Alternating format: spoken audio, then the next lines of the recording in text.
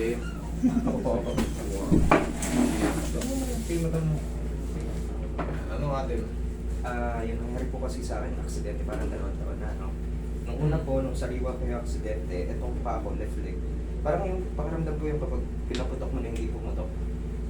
Masakit po. Parang ganun po yung pakiramdam ng hips. tsaka Parang yung- gusto niyang pumutok. Na ayaw pumutok. Kaya pumutok. Ngayon, nagpa-x-ray kayo.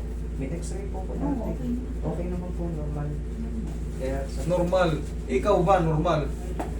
parang pilit po ano eh. Naisip naman po. Oo, yun nga eh. Ganito yan kasi minsan, siyempre ako hindi na ako bago dito eh. Kumbaga, oo, nakalagay, good, no dislocation, no fracture. Pero yung tao, may masakit, hindi niya, meron talaga rito eh. Meron dito, may masakit eh. Ngayon, siyempre, nag-rely na tayo sa impression, good. Walang problem, puro lahat intact. Pero yung katawan mo talagang may mali. Ngayon, kaming mga therapist or kaming mga nag-a-adjust, titignan namin ngayon, susuriin namin, kumbaga second opinion nyo kami, titignan namin kung ano nagiging problema, bakit may masakit na sa inyo. Eh nakalagay, puro good, intact, no dislocation, no fracture. Ngayon, nung 2 years ago, di ba? 2 years ago, Ngayon lang ulit po, sir. Nung ano yung nararamdaman mo ngayon? Yung saktong nararamdaman Kanina mo po ngayon? umaga wala na, pero kapag nag-i-internal twist po akong ganyan, dito po, ayan. Tapos kapag DT4 ako dito, Pigil. hanggang dito lang po kayo. Kapag ginanyan mo na, masakit.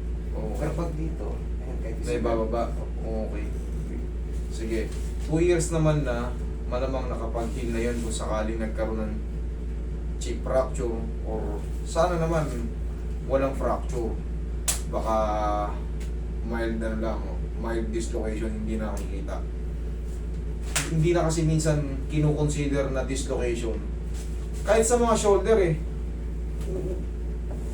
Kahit parang feeling mo nakababa, hindi basta-basta nakikita ng ano yun. Ang nakaka-obserba lang nun yung mga nagpo-bone setting. Kasi tanungan portion eh, katulad yan, alam nyo may problema pero wala namang fracture. Sige, higa ka dyan. Baguhin natin. Temo, hindi mo magano ng ano, no? Hindi mo magsagat sa kaliwa. Sige.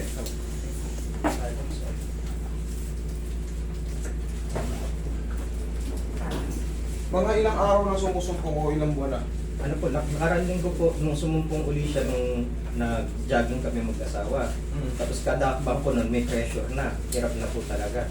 Tapos kanina, medyo okay naman siya. Kaso yun... Pero pag may posisyon na ginaganyan mo, may Opo. kumikirot tsaka yung binibinat mo ng pagano. Opo. Okay, sige. Kailangan yan lumuwag. Pag natirahan yan, konting-konti, yung parang pinag-iwanan lang ng, yung trauma lang, parang pinag-iwanan ng pilay last 2 years ago, okay na yun. Pero pag nanatili, the same feeling, at o kaya lalong sumakit, ibig sabihin mali ako. Okay, relax lang. Pero hindi mangyayari yun.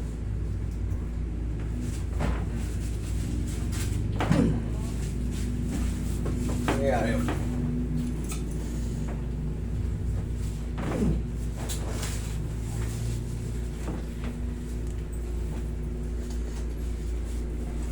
Huwag mong labanan ha. Hayaan mo lang masaktan ka ng mga beses. Sige lang. Ano po, parang gusto ko matok.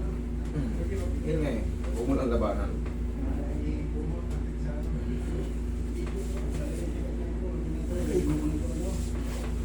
Higa kang patagilid.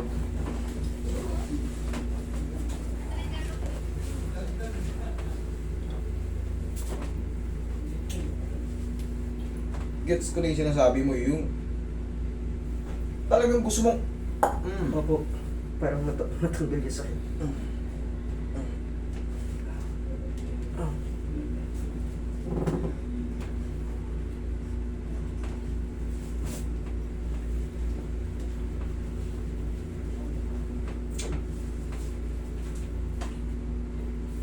Sakit.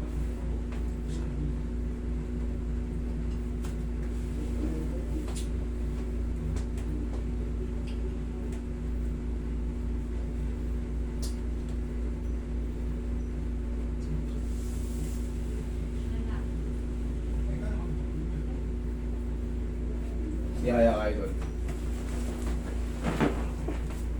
Hawakan mo yung private mo.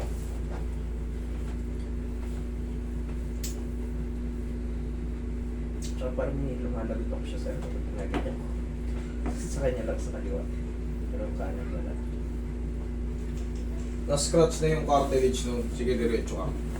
Hindi, tama, diretso lang. Yan, diretso. Walang problema sa mga clicking, huwag lang mag-create ng pain. Pero kung nag-create ng pain, problema yon. Hindi po pwede yun. Kailangan, ganun lang, tumutunog lang, pero walang pain. Lamputan mo lang ha. Roy, hawakan mo rito, Roy. Sige, lamputan mo lang.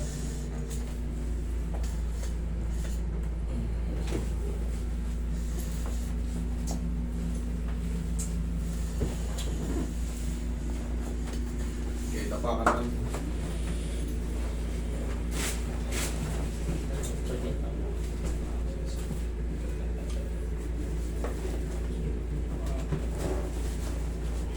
Sige, lagay mo lang sa gilid yung kamay mo.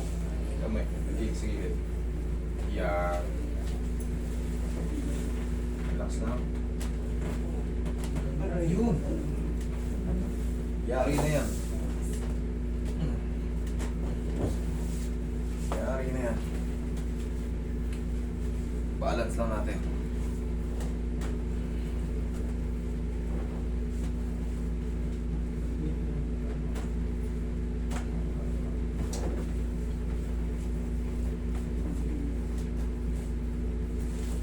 Bibigyan mo yun dito. Huwag ka magkakakain ng itlog. Ano? Ganyan din ako dati. Ano? Ganyan din ako dati. Kain ako ng kain. Lumabas yung ganyan ko, sir, nung nag-amino ako. Amino ka. Tiyaya ka. Pero itlog talaga. Manok. Yan ang pinakamalakas na perwisyo. Sobrang lansa niya.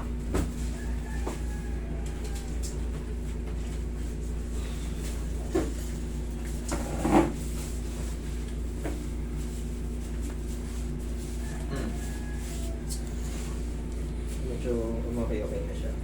Okay. Diba? Hindi ka gala kanina bigyan. Sige, upo ka. Tingnan natin ngayon.